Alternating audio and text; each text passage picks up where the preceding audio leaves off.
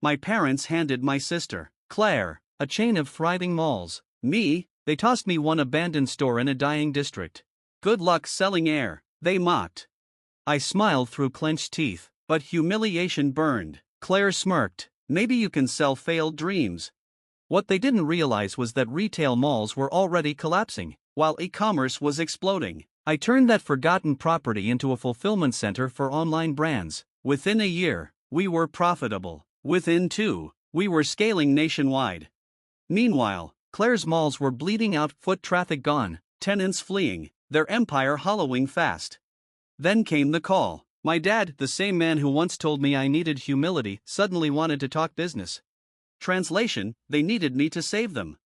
When I walked into his office, the smell of whiskey lingered. Same as always, he leaned back in his chair. We've been looking at your business model, he said. We? I asked. He ignored me. Logistics is complicated. It needs infrastructure, partnerships, capital. We think it makes sense for you to fold into the family company. There it was. He didn't acknowledge wins unless he planned to take them.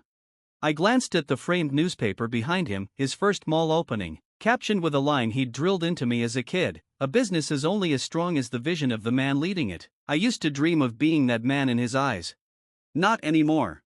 So let me get this straight, I said. You laughed when I started. You mocked me when I tried to prove myself. But now that I'm outperforming you, suddenly I'm worth folding back in? What's next? Do I report to Claire?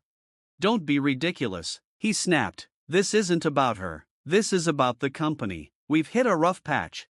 Foot traffic is down 40%. I cut in. Tenants are fleeing. Your malls are ghost towns. Last mile logistics is booming. That's why you're here. You need what I built. Silence. My mom finally spoke from the corner. I hadn't even noticed her there. Jake, be reasonable. This is a chance to work together as a family again. I laughed. Since when was I ever part of we? Dad's jaw tightened. Son, don't let pride blind you. We're offering you a way to secure your future. I leaned forward. No, you're asking me to save yours. His knuckles whitened on the desk. You think you can do this alone forever? Business isn't just about ideas. It's about power, connections, strategy. You'll see soon enough. I remembered being 15, hearing the same tone when he told me I wasn't CEO material. I remembered being 12, pitching him the idea of an online mall years before e-commerce took off and hearing him dismiss it with, "Physical retail will never die." Except it did. And now, here he was, begging for my lifeline. I stood, adjusting my watch. You were right about one thing, Dad. Business is about power, and right now, I have it. So no, I won't merge with you, but I'll be watching as your empire crumbles. I turned toward the door. Jake, my mother called, her voice cracking. Don't do this, we're your family. I paused, hand on the knob. Funny, you never thought that when I was losing. And I walked out. I braced myself for fallout rage, threats, maybe silence. What I didn't expect was desperation. The next morning, the calls started. First Mom, then Natalie, then board members who hadn't spoken to me in years. I ignored them all. By week's end, the media picked it up.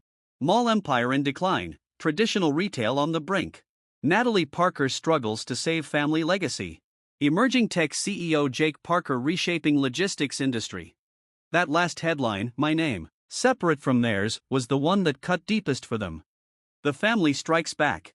Natalie launched a PR campaign, brushing off my success as luck and framing the collapse as temporary. Dad started hinting at legal threats, and then came Mom. She showed up at my apartment unannounced. That never happened.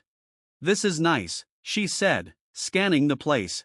Yeah, I replied, leaning against the frame. It's mine. Her sigh was heavy.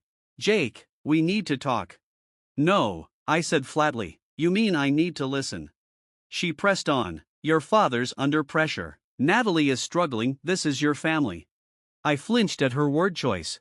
Oh, now I'm family? When I was the outsider, the joke, the failure. I wasn't family then, but now you need me. Suddenly I count? Her hand reached for mine. I stepped back. Jake, we need you. The first time she had ever said those words, and it was too late. No, I said, you need a bailout. I'm not interested. Her face hardened. This isn't just business. Do you think it's easy for us, watching our son turn his back on us? I stared at her like she'd lost her mind. She truly believed I was the villain. You have 5 seconds to leave before I call security. She froze. You wouldn't. I pulled out my phone. 4. Shock flickered across her face before she stormed out. I locked the door behind her. The war had officially begun. The counterattack. Permits delayed. Lease challenged. Investors receiving anonymous warning calls. They thought I'd fold. But I'd been preparing for this fight since I was 17 when Dad ignored me at a gala and introduced only Natalie as his heir. That was the night I knew I'd have to build my own empire if I wanted respect. And I had. So I accelerated. New funding, new centers, bigger investors, some of the same ones betting against my father's malls. Checkmate. The desperate offer. 2 weeks later, Dad reached out. First a call, then a text. We need to talk. I replied with a headline link. Jake Parker's logistics empire expands. The future of retail is online. He shot back, this is your final chance. My answer, you had your chance. You gave it to Natalie. Then I blocked his number. But they broke faster than I expected. Tenants fled. Investors bolted. Headlines shifted from struggles to collapse. That's when my father showed up at my office in person. He looked older, worn down, his authority cracked. A king realizing his throne was slipping. I leaned back in my chair, enjoying the moment. To what do I owe the pleasure? He didn't dance around it. We want to make a deal. I almost laughed. Even now, he couldn't stand alone. Even now, it had to be we. I motioned for him to continue. You know our position, he began. The market is shifting. We've had setbacks, but with the right partnership we can. Cut the spin, I said. What do you really want? His jaw twitched. We need liquidity, stability. You need me. Silence, heavy, undeniable. I let it linger. This was it, the moment I'd imagined for years. The untouchable Richard Parker, who once dismissed me like dead weight, now sitting across from me, needing me. And I wasn't going to let him off easy.